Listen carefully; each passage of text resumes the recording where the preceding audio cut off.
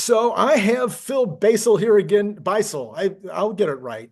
You taught me how to say it. It's buy and sell. I mean, Right, like my I'm whole some kind of stock market guy. spent my whole life doing that. Anyway, I've got Phil Beisel with me here today, and we had a plan, and then our plan got interrupted because Elon Musk has just appeared on the Joe Rogan show. Both of us happened to watch the first 10 minutes before we were sat down to have this conversation. And so we are going to talk to each, we're going to start today by talking about Grok because this might be almost this show, the Joe Rogan show, might be kind of the what do you call it, the Chat GPT moment with regard to Grok because this voice capability is everything I could have imagined. What about you? Yeah, it's off the hook. Oh my God. So I want to play just a few minutes of it for people that haven't seen it yet, and then we'll have a conversation about it. Let's see here how it goes. Weirder and weirder times. Well, I mean, you want to let's try unhinged. Oh, there's an unhinged mode? Okay. Yeah. Hey, Ara. Oh my God, Elon. What fresh hell are you stirring up today? I'm here in Joe Rogan's studio, and we're having a conversation about how crazy the news is. Pull her up to the microphone. Okay. And we're pulling you up to the microphone so people can hear you. Oh, fantastic. Now I can yell into the void about how the news is a total dumpster fire. It is. She knows me too well. I'm so predictable. Tell me what's in Fort Knox. What's My in? dogs? Oh, no. What's in Fort Knox? What's in four dogs? You're clearly a genius AI. I said, what is in Fort Knox? You know the gold and all? Knox. I thought you were talking about my dogs for a second there. Yeah, she doesn't want to answer the question. She's clever. Clever? No, she's just a pain in my ass. Okay, Yeah, so some very interesting things happened in that segment. Yeah, that we can talk about. yeah, so I definitely want to talk about it. So what you and I were talking about before we started the show was that we've all seen Hal. We've all seen. Uh, I'm old enough to have watched my mother the car and some of these other situations, but we have this idea in our head of how these robots should speak to us or how our phone should speak to us. And we certainly have not got there yet until maybe now. Yeah, right. So this was fascinating because it was unhinged. It was not just ask a question and get back some technical answer. It was having a conversation. It's really extraordinary. I mean, just go back 10 years and think about speech recognition just by itself, without any of the contextual stuff, without the large language model assisting massively, um, without any semantic meaning whatsoever. And you know that it was a very, very tough game. You know, like you barely had anything working well. Um, and now we're at the point where it's largely conversational, tends to understand what you mean, establishes context, will eventually have a long memory, which is like there's two faces of that, I think, as well. So, I mean, one of the things that I saw there was it didn't understand. I don't know what it thought, but it didn't understand when he said Fort Knox, Right. right? But then he said something like Fort Knox, the place with the gold, and there was then the understanding. And so that kind of goes to the point that I was discussing with you earlier, which is that um, if you think about the sort of architecture here, the first part you would think is it's purely speech to text. It's recognizing our speech, converting it to text. Part two is it's taking that text, throwing it into the LLM, the Grok, LLM, as if you were typing it directly. And then part three, it was converting the text back to speech, her voice back to us. And it's clear to me that part three is somewhat distinct, but part one and two are now more combined than I had thought because I think it's recognizing part of what you say, but it's kind of taking it maybe word for word or phrase for phrase and throwing it through the LLM that allows it to gather that semantical meaning that's beyond just like the speech itself. Mhm. So when he said Fort Knox, the place where there's gold or something like that, there was then the ability for the for her to understand it. Yeah. Um, Yeah. that's something like 10 years ago would not be part of the equation at all, right? It would just be pure recognizing of the speech. So yeah, I mean it's I think where it goes is like what's interesting about that Grok voice, which viewers, I don't know if you know, but they can use it. I think if they're premium members and they download the Grok app on iOS or Android, they can use that voice mode. Yeah, and you have to be premium, yeah, member, and it's only on the app at It's this only on the app, right? Um, I think, and what it has sort of different modes, like normal mode, and then unhinged and sexy voice, and some of them are kind of crazy. But I think if we just kind of keep it at the intellectual, we can lean into the fact that what's happening here is that the thing can develop a personality and can then develop a relationship with you as a personality, which is what I mean by that is um, when this system gets integrated into Optimus, which it undoubtedly that's his target, that's his plan, that's what Elon is doing this for, I think. That and robotaxi Mhm, mhm. to it's like I call it the user interface of these um of these other autonomous elements, right? Right. Um yeah, I think once we see it integrated, we're going to see that Optimus will start to almost immediately have a personality that that is sort of out of the box that maybe multiple potential kind of come out of the box personalities, Mhm, mhm. male, female, whatever, and maybe other attributes. But it'll quickly work with you like you have a relationship with another human. Mhm, mhm. I mean, But better. I love the story you told a minute ago where you asked the Grok the other day to manage the conversation in a different way. yeah, like yeah, your relationship with a human is out of like you can't do things like you can't just be rude and expect um unless you have like a kind of relationship like a work relationship, a boss to a Right. subordinate. And I'm not saying it's right or wrong, I'm just simply making a point that in those kind of relationships, you can say you could have an employee walk into the office and the person started to tell you about your day and say, okay, it's very interesting, glad you had a good espresso this morning, but I just want to get into the factual stuff, and you can do that without regard, but you can't try that with loved ones. You can't be rude and direct. You can, depending on your personality. Yeah, Well, but I mean, I think you were talking on a much more clear example, I think, where the Grok was acting kind of unhinged like her. yeah, it was. I think it was just a normal mode, and it was just being more colorful. Like it More just color. wanted to add a bunch of extra words, and I Right. was like, "Come on, I want facts." Right.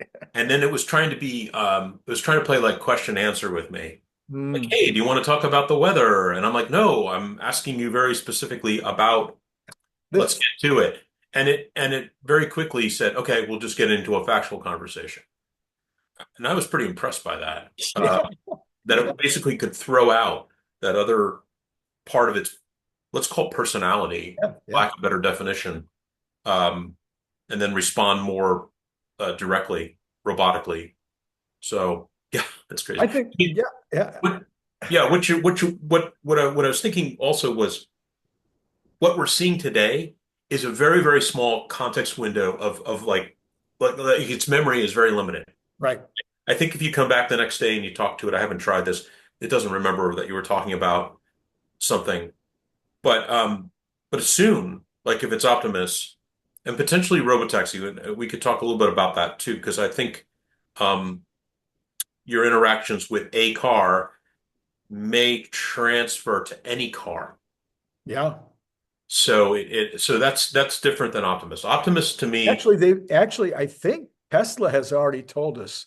I, told us cer- this. I certainly have heard this from others, but I want to say that Tesla may have already said that this will be something where you can be on your phone talking to your your Grok character. You can get into the car and continue the conversation in the car. Yeah, so that's a little different. I mean, that's yeah, I mean, that sort of the right byline here. It's like this is what I call the movable memory. Yeah. And I wrote a piece on this where what I was getting into was like how to this was all about Optimus and networks. Mhm.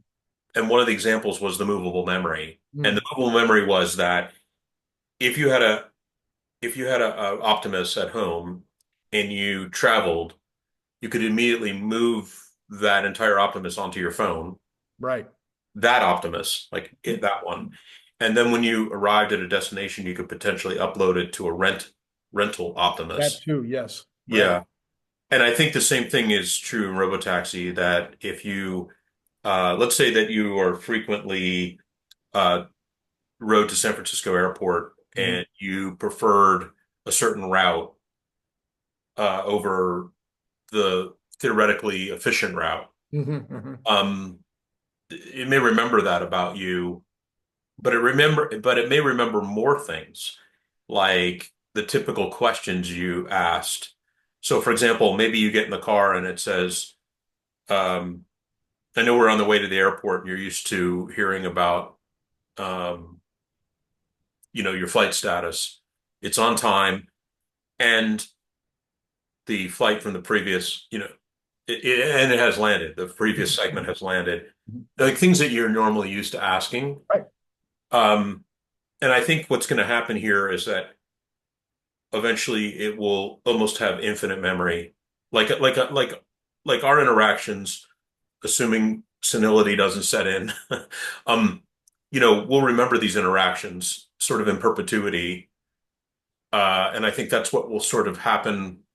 Yeah, I mean, But the bot is going to remember them it perfectly. will it will remember them.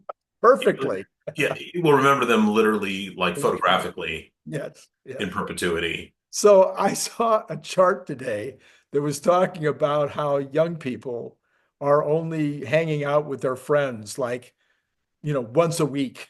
10 years ago, it was twice a week. When you and Mhm. I were kids, I don't know. Well, I'm a lot older than you, but I know when I was a kid, I hung out with my friends every single day, Yeah. multiple times a day. And now kids are like, well, yeah, I hang out with one or two of my friends once a week. And I'm like, what? Well, if the Grok, if my Optimus is this good, I can manage the conversation. It remembers 100% of everything that I've ever told it. It thinks ahead, kind of in a what was the guy's name on yeah, radar on MASH, Mhm. where it's thinking ahead of me and asking me the Right. question before I even bring it up. If it's doing all those things, why would I want to have any human relationships at all? No, there's two interesting points here. One is that um, Grok will probably start to develop agentic processes, which are basically another word for asynchronous processes, things that will go off, spin off, and do things that that it knows that you want done. Right. Batch processing. You know, um, that's something that will happen. I think the other thing that Grok can do that is very different than a human is you can literally tell it, don't bring any context into this conversation. Now, there's reasons for that. So, for example, imagine you're talking about a health issue, personal health issue, Right.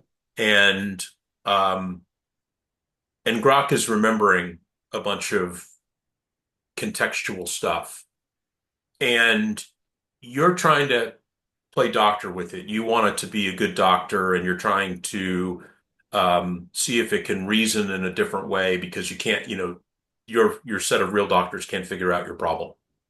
Okay. So in some cases you want to say to it, I want you to remove from the context of this conversation everything I told you about elevated heart rate so that it can remove that symptomatic discussion you had and it can now think about just this box of stuff over here. Right. Right. That's something you can't do that with a human. You can't Right. tell a human, I want you to forget about this thing we talked about last week. In fact, the second you say that, it's the more present thing. Yeah. So yeah, I mean, so I guess the top line of the story is that what we're seeing here is there's such an advancement here in this conversational AI that we will clearly see this as the user interface for Optimus and the user interface for Robotaxi. Those are two clear straight line, and that those things will evolve over time in terms of their complexity and their capability, in terms of their context, like how much they remember and how much they do for you. And then to the other point, they'll certainly be movable, meaning that, every Robotaxi you get in, it's a little different Optimus. Like Optimus, when you talk to this Optimus, for the most part, you want it to be this Optimus. But in Robotaxi, when you go and take a Robotaxi, you're gonna have a different cyber cab or customer-owned vehicle show up each time, and you don't want its memory. You want sort of the global memory of your ride with the network, right? Why wouldn't the whatever vehicle we got into or whatever robot we were talking to, why wouldn't they merely access the phone where all of that memory is? I think that memory will all end up in the cloud So, because okay, so it's whether it's in the cloud or whether it's in the phone. And in other words, people have been talking. I mean, this is a good segue too. And you and I might have already talked about this once. Will the chip in my bot or the chip in my car be someplace where some of this memory is stored? Because it's a lot. It would have to store, the entire internet. I know. So was it Adcock? Somebody the other day was saying that the current LLMs can fit on a memory stick. yeah. So they're not really very heavy. But is the entire LLM going to be on my chip in the car to where it's downloaded every time there's a download, as long as you're near Wi-Fi? Or couldn't I just get into the car where my phone already has all of that? Yeah, so It can access the phone. It can access the content from the phone. as most questions, the answers are pretty involved. Um, let's take the first part. Yeah. If one can establish this thing I conceptually call network ubiquity, where everything is capably on every device, your car, your phone, your Optimus, is on the network as we know it, on the internet as we know it, then all memory and actually the compute itself can be remoted, right? So, for example, if you're interacting with Grok on iOS device, I believe that 100% of the interaction is happening on computers in Memphis, not on the device. Okay. Yep. Now I could be wrong, but I think I'm not. Interesting. So what does that mean? It means that this device, your device, is on the network. It has sufficient bandwidth and low enough latency that, and that's an important concept too, Right. low enough latency, so that you can essentially remote the inference, remote the compute. So the data and the compute can be remote from the device. And that's why I said stored in the cloud, because it's the natural place, because you can make these kind of decisions on where you do the processing. But if you keep the memory and the context in the cloud, then it doesn't matter, if you show up in a different robotaxi, if you show up with a different phone, if you lose your phone, none of those things matter because it's all kind of globally stored. Yeah.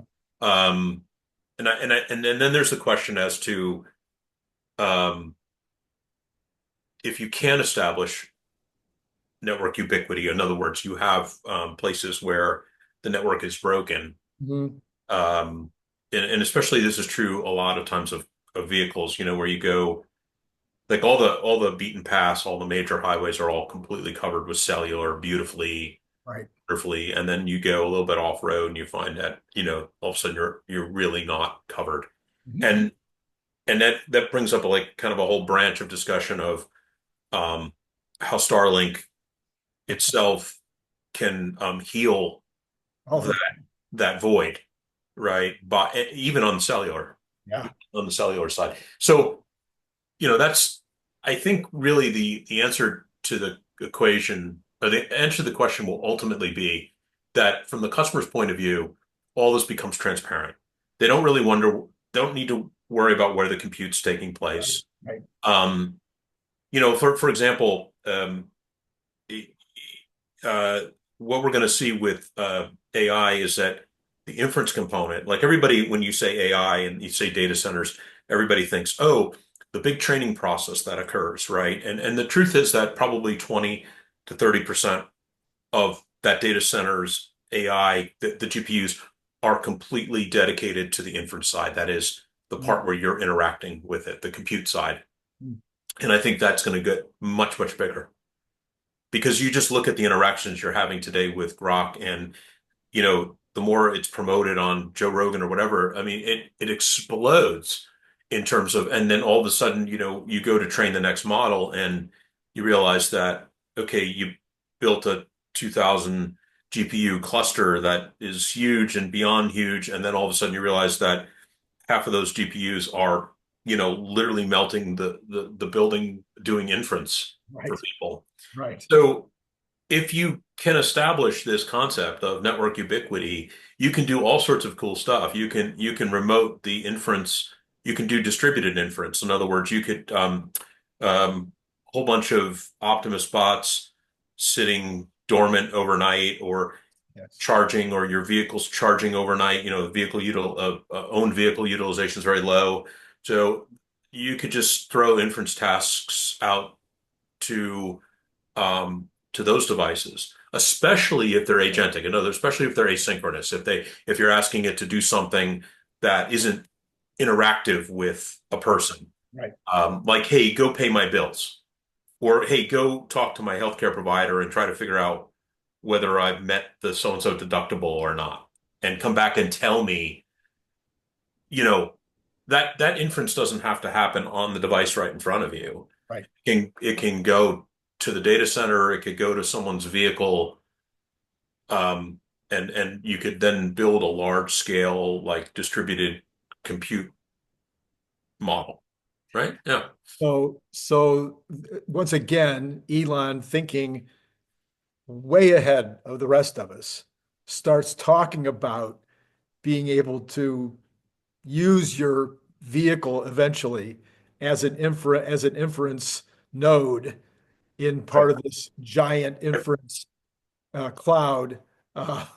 He's talking about it two or more years ago, and you're going, why? I can't imagine that we would need so much inference capability. Yeah, yeah. But all of a sudden, if you've got everybody having these conversations all day long with their phone or with their robot or with their car. No, it's you remember a couple of weeks ago when everybody was like, um, what was it? DeepSeek, NVIDIA's toast, the Yeah, efficiency. yeah, You right. know, I mean, I still can't even believe that quick and almost ridiculous. Like, to me, all that said was more NVIDIA. That's all I heard. Yeah. More NVIDIA, More. more NVIDIA. I mean, like, I didn't hear anything else, but everybody else heard something different than I did. And Um, Nvidia is still crashing. yeah, I yeah. think it's down right now. We're Friday I afternoon. mean, the fact is that um, every time we see new technology emerge, there is a consistent reality that the use of something, I mean, there's probably a more articulate way of saying this, but the thing that we use becomes more in demand. Right. Programmers build more, things require more. I mean, let me give you an example of today we talk about FSD training. Mhm. And somebody made a comment on one of my posts or some other posts where he said, um, Elon said something about the training for Optimus would require 10x that of FSD. Mhm. And I went and researched it, and true, he did say that. Um, and sure, he is probably right. But it also made me think that if you take a look at, kind of the AI of something like FSD, and you're like, how do you achieve perfect driving? Okay. I mean, ultimately, perfection isn't always achievable because there's other moving objects that you can't, you couldn't avoid if you tried, right? You don't even have the controls to get out of the way of something, A right? sinkhole. A sinkhole opens under the car. I mean, there's a certain rate at which you can't avoid, you know. But if you think about FSD, you're taking all these little video segments and you're training this thing to perceive the environment. It's the dynamic environment, and then build a plan. And the plan, what I mean by people get a little confused by that, the word plan here means like the next move at 15 to 30 hertz. So like I have, every I have my description of that now. So you're getting ready to cross a creek. Everybody's crossed a creek at some time in their life. And you're looking and there's four rocks over here that you could step across. There's a plank that you could balance your way across. There's a shallow place where you might get your shoes a little wet, but it might not be too bad. Or there's a spot maybe where you could leap across. And there's 15 other things like that. And there are all these choices sitting in front of you. And now your brain considers all those possibilities and comes up with a plan yeah, and on top of that, like that plan has to be modified dynamically as you go. because one rock could very quickly kind of No, turn in the water, or the board could fall in, or um, whatever. Yeah, the planning we're speaking of happens repetitively multiple times a second. Leave it at that.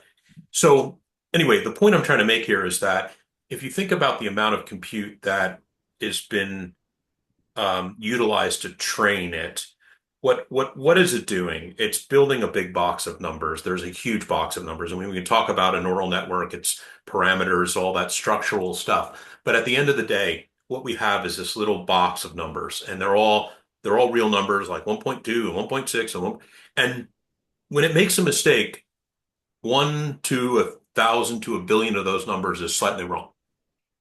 Like it's just slightly wrong. And with enough data, those things would come in line with with sort of the perfect decision tree, Mhm. right? So the answer is that to train the perfect FSD almost requires infinite compute because you could take every scenario Yeah, yeah, ever imagined. yeah. And those that were not, well, I should say, every scenario ever driven, and then every scenario that was simulated off of that driving.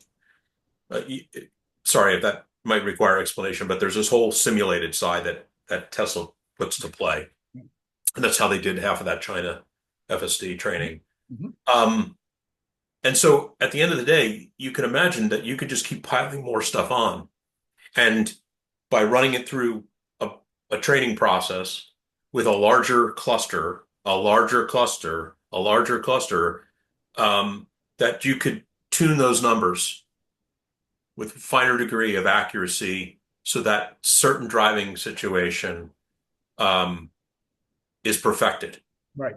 So let me see if I can think of it another way too, because we're also talking now about the deep think, on Grok and elsewhere, where you get an answer in a second, but you can tell it to think about it longer, and it sends it back and reconsiders it in order to make sure that it Right. gets an even better answer rather than throwing in some nonsense.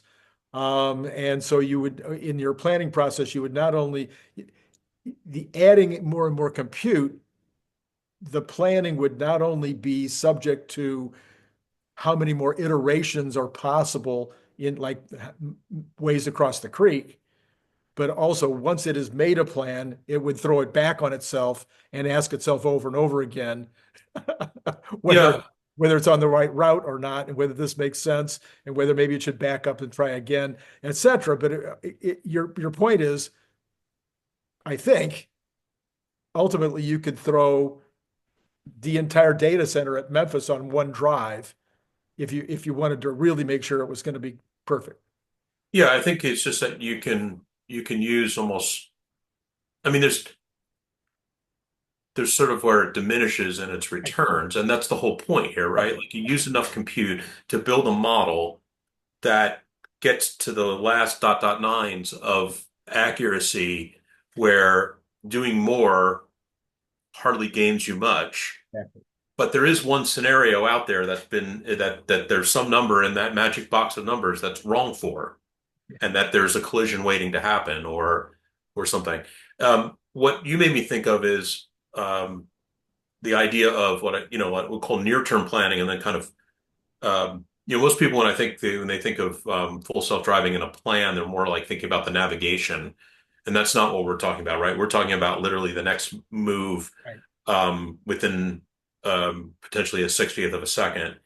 But to your point, Mhm. there is this idea of today when you're in a car that and you set navigation, that at some point it reevaluates, and it can reevaluate that navigation when you clearly take a different route. Mhm. You decide to go off the route that it's prescribed for you, Mhm. and then therefore it recalculates, right? And it's sometimes drivers use that as a forcing function, right? And then you'll notice that certain vehicle manufacturers like Tesla, Rivian, et cetera, they'll recalculate that plan um, with respect to changing traffic conditions, and I'll call it a more real-time basis. Mhm. But the truth is that today it isn't super real time.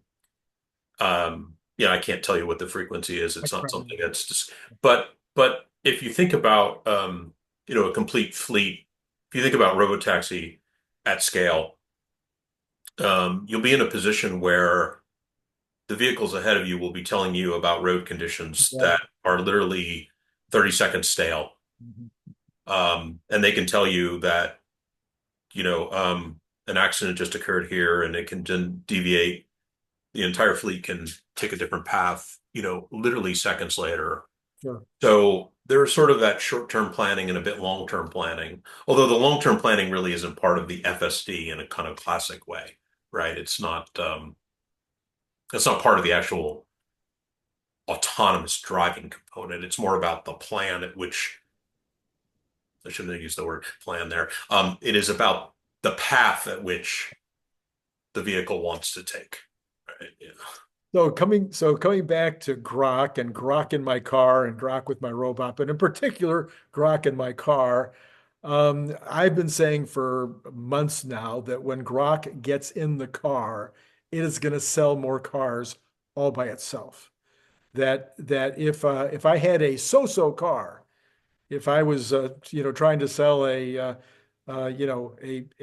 Nissan Leaf right now, and I was the guy that got the Grok in my car first, that my Nissan Leaf would start selling a lot more cars. Yeah. Not only would adults be impressed, but not only would adults think that was fun, interesting, and then useful, but that kids would just go crazy with it. Yeah. And it would also be something that you would have the factor of showing your friends, the word of mouth aspect of hey, get in my car, I want to show you how I can talk to my car now. But I don't know how much you think about these things in terms of products or in terms of how they sell, but does that make sense to you? Well, I mean, what's super interesting is if you look at, I mean, just look at you take a drive in a car. Like we own two cars here. We own a Rivian, a historic Rivian, right? And we own a Tesla Model 3 Mhm. Performance. And they're both amazing cars in their own way. Their interfaces are incredible. the experience in these cars is just so radically different than the experience that, you're driving down the road, someone has a Honda Civic. It's not the same. And when someone gets in one of these cars and they experience it, I brought someone in the Tesla the other day, just put it on full self-driving, kind of not demonstrating it. Yeah. I was just doing it kind of reflexively because I do that now and it works. It's great. Mhm. And I don't think anybody next to me on the road has a clue that that's happening. The person in the car was like, what's happening here? And it was almost, then the conversation was all about that. But to a certain, what's interesting about Tesla is it is taking, I mean, look, we have what we'll call high-tech vehicles of the future, like the Teslas and the Rivians. They're all EVs for obvious. That just fits the framework, right? You'll never see a tech stack like in these cars in an ICE car. It's just not going to ever happen. Probably not once. And then you see the whole lot of these other cars out here. And to me, it's like over here we have Android phones and iPhones, and over here we have flip phones. Right. Right. Right. These are I mean, they both make phone calls, Yeah. Yeah. Yeah. but they are very different things. And what Elon specifically in this conversation is doing is he's taking those phones, if you will, and bringing the price point down to a place. Well, there's two things occurring. First, he's bringing the price point down, that the folks that own these things just got to question the very logic of why they would own them, because ultimately, people move mostly on economic decisions, right? Maybe the features are cool, but guess what? When it's this much cents a mile cheaper. The second thing is like, look at the introduction we'll have with robotaxi, with transportation as a service. I mean, what is largely true is probably the whole bottom will fall out in vehicle ownership. Mm-hmm. Vehicle ownership will just shift to the high end. If you can approach 25 cents a mile of user cost, there's almost no reason to own a car. Right. Right. And then what happens, what's amazing, to kind of circle back on your point, is this car that's the 25 cents a mile or the cheapest option you can get out there has the best tech stack too. Right. I mean, that's like a holy ass shit moment, right? Nice. It not only it's cheap, but it's like getting an iPhone for $20. Right. Yes. It's unavoidable at that point, Yeah. and yeah. Well, I am very excited and interested. And now, of course, I want the next thing, which is I want the Grok voice to be everywhere. I want to be able to get it on on the website. I want to be able to get it while I'm doing while I'm posting on X. But I guess for the moment, we'll just have to enjoy it on the app. I'm sure they'll be adding it to those other locations soon. I think we're at a place, Randy, right now where we're seeing it as it's kind of a fun to use thing, and we're not seeing it as a tool yet. Yeah, we're not seeing it as a user interface replacement. Yeah. Right. I mean, like if you look at the history of user interfaces, people went back a long time and said, well, the right human interface to this compute device is simply voice, but there was no way to get there. So, okay. So for me, I know what you talked about it again in the green room. We talked about the idea that, we talk to our wife one way, we talk to our kids another way, we talk to, an employee another way, and we talk to our dog another way. But we talk to our dog. Right. we do. Yeah, okay. exactly. Okay. But for me, it's a little weird to talk to my phone. I've had to learn to talk to my phone. I'm slowly but surely, especially for math questions, because I always do power of 10 mistakes. I'm now asking, hey Siri, what's 5,000 divided by 2,000? Yeah, by the way, it's the worst thing ever is to be off by one in the order of magnitude problems. But yeah, me too. Yeah, yeah.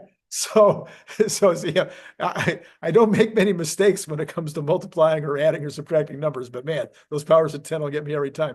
So, but I've gotten to the point now where I'm doing that fairly comfortably, but it's still just a little odd. Yeah. But if it was in a form factor of a robot, I think it would be natural. I think it would be, I think the expectation could only be that. Right. In other words, if you see a humanoid robot and you start to talk to it And it talks back. and it talks back, are you going to say, geez, why is there no mouse here? Right. Or where's the touch interface? Or you're not even going to go there. It's going to feel, so I think what you've just said was you've taken a technology you're hyper used to, like a smartphone, which you had a certain way of interacting with, multi-touch, blah, blah, blah. And all of a sudden you're able to talk to it, right? Instead of using the calculator, you're asking Right. one of these voice things. But, like most of the time when you had a change up in interface to a device, like you went from the graphical user interface of, say, when Mac introduced graphical user interface, right? This was like you had indirect manipulation through the keyboard and the mouse. Mm-hmm. Then when you went to the phone, it became direct manipulation, multi-touch, right? And you didn't confuse the two because they lived in their own separate universes. And I think that's exactly what will happen when Optimus shows up, is that it'll feel extremely natural to talk to it. Yeah. Yeah.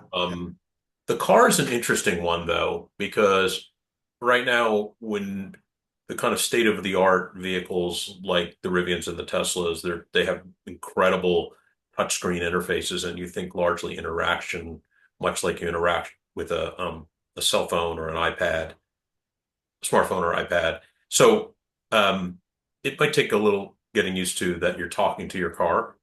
Yeah, no, it already does. I mean, Yeah. even for me to use the little thumb thing, and give my car a command, I don't do it at all. My wife does it a little bit, but I don't use these spoken commands to the car. Yeah, no, I don't do it either. But then that's because it's too much work, right? And I mean, it's not natural. It's not. You didn't have to push the thumb thing down. Yeah, I mean, I think what you'll see when it evolves in the Tesla, the voice will be always on and always listening. And I don't know if it'll require some prompt, Yeah, like, probably. like what we do with Siri. I don't think it like because with the Grok voice, you don't have to ask. I don't know what's the name of Ada or something. You don't have to Ava, whatever. You don't have to address Okay. her. All right. Okay. You can just sort of start talking. I think the vehicle will know that you want to talk to it. Like if you said something like, "Hey, change. Is there a quicker route to the airport?" Yeah. Mhm. The car will probably think you're talking to it. I think it disambiguate the conversation, much like you and I are able to disambiguate a conversation between like a group of people. Like whether someone was talking. Sometimes you'll get it wrong. You'll think I'm talking to you when it was really somebody else. But most times I think you'll get it right because there'll be enough context and direction in the conversation to know that the car should be listening, the car should be acting. And then sometimes the car may have to ask, "Are you talking to me?" Right, there you go. Because I think there are times when that'll be, what's more interesting to me is that the car, right now, if you look at the cars, like if you look at a Tesla and it does have that voice interface and it does have actually a lot more commands than what people know. But somebody published a chart and I was like, oh my God, I didn't even know. And I thought, oh, I'll study that chart. And that's not going to happen. So that's why it's not used. Nobody goes and they just use a couple basic things. Yeah. But I think that, the question will be is how much surface area are they going to allow in the conversation? In other words, if they were to introduce the Grok, how much of the LLM is available to the car? Is it car related stuff? Or Yeah. can you say to your car, hey, what's questions have nothing to, like, can you just interact with your car like the way you interact with Grok voice? Yeah. I don't know the answer to that. I suspect that the latter will be, that's the way it'll work. Yeah. But That's it'll why I be was tuned a hesitating. lot to the vehicle stuff. Yeah. But it'll certainly let you go outside that box. Yeah, that's why I was wondering whether it might just be integrated with the phone. In other words, the car might integrate with the phone. And so your Grok would literally be in the phone. I don't know. Who I knows? mean, it does. So imagine the robotaxi, Yeah. and a Tesla will release an app, probably a direct, probably a robotaxi app, and maybe from the get-go, that app will have a voice interface that is is a personality, is a context, is an individual. Right. So it becomes your relationship with your account. It's like your account. Mhm. So therefore, if you get into any Tesla, whether it's a cybercab or a owner vehicle, maybe that just transfers onto the vehicle instantly, and therefore you've always been having that conversation, and it's the same conversation. Um, it gets a little curious when you introduce Optimus because now you almost have like two beings. And that sounds kind of a little weird, but like one of the things I wrote about in that paper on networked Optimus was this thing called shared memory. And that was the point of that was to say that in certain subfleets, Mhm. um, that it would make sense for Optimus, groups of Optimus to build shared memory. Certainly like in work situations where you want to transfer training processes. This is okay. I trained my barista how to do this. Now I want to push that training instantly across all the added Optimists that I bring into the employment. Right. Even if it's one store or franchise or whatever. And then the other part of that discussion I had was how you would limit that information Right. within a certain group, That's right? Because important. it's your IP. Yeah. Um, but I think you could see another weird emergence of something that will strike humans as strange, which is that if Optimus is like a being that you have in your home, and you think of it as that being, even if you could take it with you on your phone and transfer it to another Optimus at a remote location because you're not willing to pay for its airfare, right? Sits in a seat next to you. That the question is if your car has that if your car has its own thing, are these two different things? Yeah. You know? Because it's a completely different relationship. Yeah. Yeah. It's like to make it Like sound you talk, silly. you talk to your two dogs. If you have two dogs, you talk to them completely differently. Yeah, One and of them's maybe aggressive and leaps all over you and stuff, and the other one's kind of docile. You deal with them differently. You speak to them differently. yeah, but what's weird about that is sometimes you just want them to know the same thing. It's true, and you say it. You know, like when I'm thinking more about like we were going back to like workers, like if you consider Optimus and your vehicle kind of workers, people that are objects that are working on your behalf, then there are times when you do want that shared memory to be present so that the things that you told Optimus are the things like wouldn't it be weird interacting with an Optimus all day along in your house, getting in your car, and then actually it wouldn't be weird from a human to human perspective, but from a technology perspective, you'd have this very kind of strange moment where you're like, God, I spent all this time telling Optimus about my desired trip or through Napa Valley, and my car hasn't a clue what happened there. And maybe the way that gets solved is you say something like, "Hey, car, go tap into my conversation about Napa Valley with Optimus." Isn't this getting weird? I mean, I know. It's like on the one hand you want, yeah, I mean it is really, I mean, again, you can think of it in terms of your kids or your whole family yeah, or your workforce.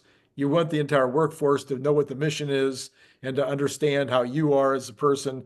I was always trying to beat into the quality, it's, and yet you on the other side of the coin, the way I'm going to talk about that with a supervisor is different than the way I'm going to talk about it with somebody on the line. And then Susie, who's totally does quality all the time. I'm going to talk to her differently about quality than I am this other person who's really fast, but who's always making errors. I mean, it's just like, And what becomes weird is like if that workforce can instantly tap into, I mean, sometimes you know that it was greatly inefficient for you needing to repeat yourself over and over again, right? You're like, it's the same, I'm saying the same thing 1,000 times. And I may be saying it differently to different people because how they perceive it and how they operate is different, which is your examples just yeah, now. yeah. Um, ultimately, it, I mean, there's just infinite possibilities here. I know it just goes, my brain is breaking now. I I, think we need to end before I splatter the, yeah, yeah. the, I mean, I think the summary of the story is kind of, if we circle all the way back, here's where we're at. yeah, We're at a place where voice mode in Grok, or Grok 3, and we'll not take away from other AIs. There's a lot of good LMs out there, but Grok 3 is um, kind of made a big splash in the last 2 weeks. We can linearly see a path to the user interface of our Tesla vehicles and our Tesla humanoid robots. right. We can, like, it's just straight shot right to those things. And we can probably invent a few things right off of that about context and memory and, the concepts of where the compute occurs and et cetera, et cetera. But I think it just, what's stunning is we have arrived at a moment when the user interface to electronic objects is now the same interface largely that we have with other human beings. Yeah. And again, in some ways, even better. In some ways better, or can be better, right? Because that's what we were talking about. Like, Yeah, things that we could do. The one shining example that I leave people with is the one thing you could do with Optimus is say, do not consider this in the conversation. And it can literally, like, when change. we're talking about cooking pasta, I do not want to talk about olive oil. It's gone. Right. Yes. And then you can instantly bring it back. Okay, forget that I told you to, It's a wild and crazy future. I'm really glad to be living in the future right now. Phil Beisel, it is wonderful to have you on as always. We will be doing it again soon. yes, sir. To all of you out there, it's been great talking to you. Okay, have a good weekend and look forward to Starship launch on Monday. Is there any chance in the world? Why is it saying?